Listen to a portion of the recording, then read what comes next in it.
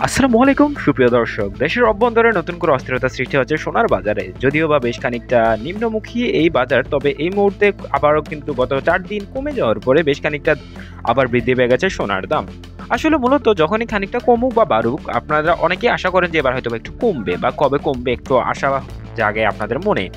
আসলে সেরকম কিছুই ঘটতে দেখা যায় না বাংলার বাজারে। প্রত্যেক সময় যেই জিনিসের দাম একবার বৃদ্ধি পায় তা বাংলাদেশের বাজারে যে কমবে না সেটা হচ্ছে একটা সহজ ভাষা, এবং এই সহজ কথাটাকে আমাদের সবাইকেই মেনে নেওয়া উচিত।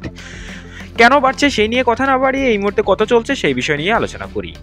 এই মুহূর্তে 18 ক্যারেটের সোনার দামের উপর নজর দিলে দেখতে পাবেন প্রতি গ্রাম সোনার দাম 12,074 টাকা, যা নতুন করে নির্ধারণ করে দিয়েছে বাংলাদেশ জুয়েলার অ্যাসোসিয়েশন।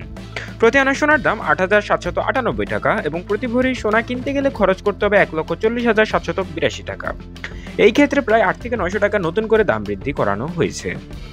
এবার চলে যাব আমরা বাংলাদেশের দ্বিতীয় সর্বোচ্চ ক্যারেট। আসলে মূলত বাংলাদেশে 18 ক্যারেট, 22 ক্যারেট এবং 21 ক্যারেট এই 3টা ক্যারেট পাওয়া যায়, এবং 24 ক্যারেট দিয়ে আসলে কোনো প্রকার গহনা তৈরি হয় না। তো সেই অনুযায়ী 21 ক্যারেট হচ্ছে দ্বিতীয় সর্বোচ্চ ক্যারেট। 21 ক্যারেটের প্রতি গ্রাম সোনার দাম 14,086 টাকা।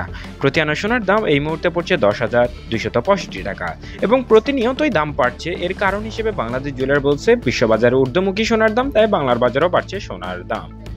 এবং আপনাদের বলে রাখি, বা 21 ক্যারেটের প্রতি ভরি সোনার দাম বর্তমান বাজারে পড়ছে 1,64,242 টাকা।